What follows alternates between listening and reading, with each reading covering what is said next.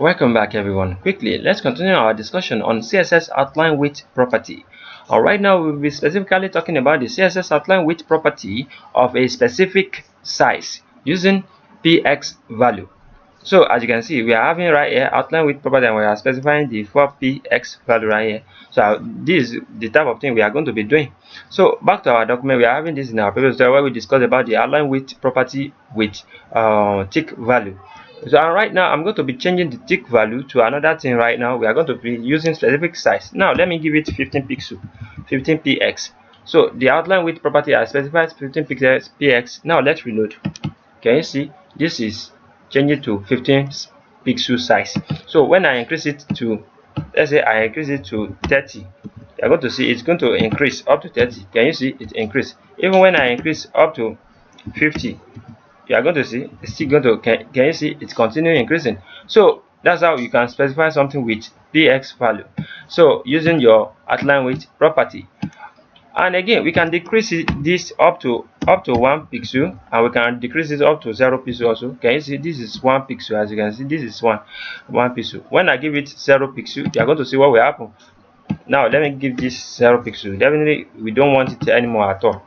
Can you see it's no more there again? Now this one at the fit set right here, the outline that is around this fit set right here, let's change it also. Let's change it, let's turn it to another thing entirely also. So I want you to see this thing very nicely. That's why I'm doing this now. So let's change this to 24px, so you can see the way it will increase suddenly. Let's reload. Can you see it increase? So that's how you can do whatever you want to your document. Let's give it 4 pixel, 4px. When I reload, you are going to see it decrease. Can you see to 4 pixel? And I even decrease it up to 0. You are going to see that there won't be anything. Can you see no outline there again? And we can increase it also using px 24px. Can you see? So that's how we can use the we can specifically control the size using the px value. And what akorede ayofe is my name. Before I go again, I've been explaining this outline width property along with different values, and we have used the thin value, medium value, and the thick value.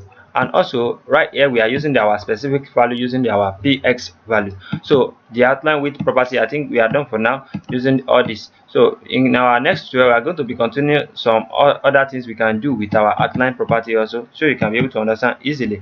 And again, before I go, any line you see immediately after your border, as you can see this is our red border right here. Any line again you can now find immediately after the red border is the one we are talking about, which is the outline. So let me specify it again so you guys can see what I'm talking about easily. As you can see right here, now we are having the outline solid. Right now I'm going to give it a border. When this element is having a border already by default, which is this border, this tiny gray border, but I want to change it using our own border by ourselves. Let me give it rich border, so you can see the type of border I'm going to give it now. When I change it to rich border, when I reload to the document, can you see now it's showing this? But I'm going to increase the length of it so you can see how it is. Let me increase it to 24 pixels so you can see how the border is looking. Can you see the way the border is looking? And this is our outline, which is this black line immediately after our border right here. And we can change our border to anything we want. We can even change it to solid also if we want. We can change it to solid. So we can do anything. Can you see? So we are having our border, and we are having our, we can change the color of our own border also. Let's change the border to let's say change it to blue. When we change it to blue, it's not affecting our outline. Can you see when I change it to blue? So in our next tutorial we are going to be changing the colors and doing some offsets also in our outline also, so you can be able to see how it works nicely. Everything is working nicely. So what akorede ayofe is my name once again. I wish to see you guys next time to the next tutorial. Peace and love. Have a great day. Thank you so much. Bye.